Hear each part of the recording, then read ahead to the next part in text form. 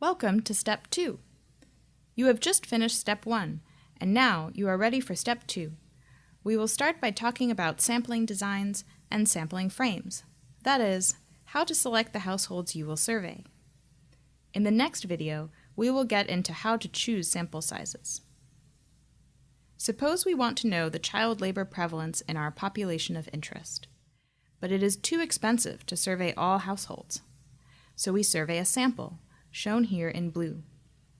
We can calculate the prevalence of child labor in this sample of households and use that number to estimate the prevalence of child labor in our population of interest. How many households to select, and how do we select these households? A sampling design includes a sample size, which is the number of households we select, and a sample structure, which defines the way we select these households. The bigger the sample size, the more precise our estimate will be, and the more accurately we will learn about the child labor prevalence in the population. The standard error measures how close we expect our estimate to be to the true child labor prevalence in the population. It is sometimes called the sampling error. Smaller sample sizes give larger standard errors. In other words, with smaller samples, we are less certain about the child labor prevalence in the population.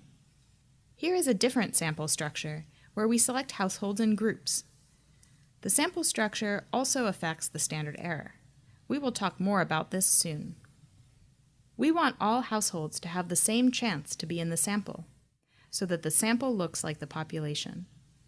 These are called equal probability sampling designs. The simplest equal probability design is a simple random sample, called SRS, which allows any sets of households to be sampled. However, non-SRS designs can also be equal probability. Here are households sampled by SRS. SRS sounds appealing because it is so simple. But this design requires you have a list of all households in the population of interest. This list is called a sampling frame. Usually, recent lists of all households are not available and would take a long time to create for the entire area covered by the project. Instead, suppose all that is available is a list of the 21 census enumeration areas in our population of interest. We can sample a few enumeration areas from this list first. Then, we would only have to create a list of households in those areas. This saves a lot of time and money. This method is called cluster sampling.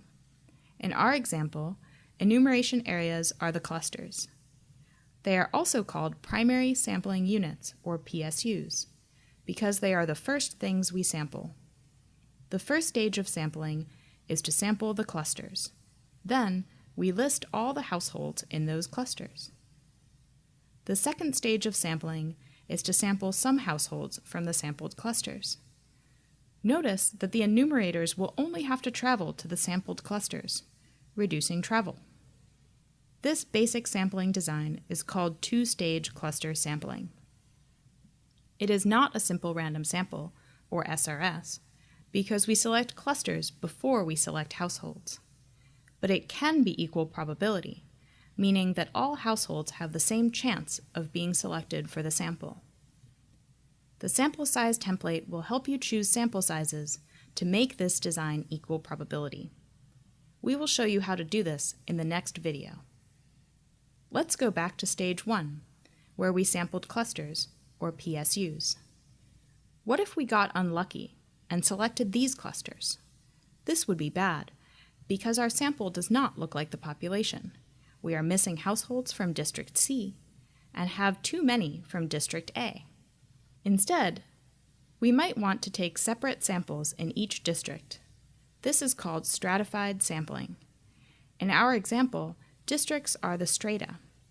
Other examples of strata include regions or urban versus rural.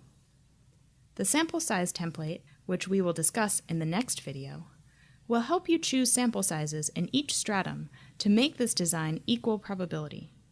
Stratified sampling is useful to help the sample look more like the population in terms of categories like districts. We might also want the sample to look like the population in terms of something like PSU size or household size. Here is our population of households ordered by size. With simple random sampling, We could get unlucky and select only the small households, as we see here. Instead, we can order the households by size and take a sample that is spread across all sizes. Now, open up your sampling worksheet to Step 2. The first question is whether you plan to use the basic two-stage sampling design. We think you probably do. It will make your job a lot easier.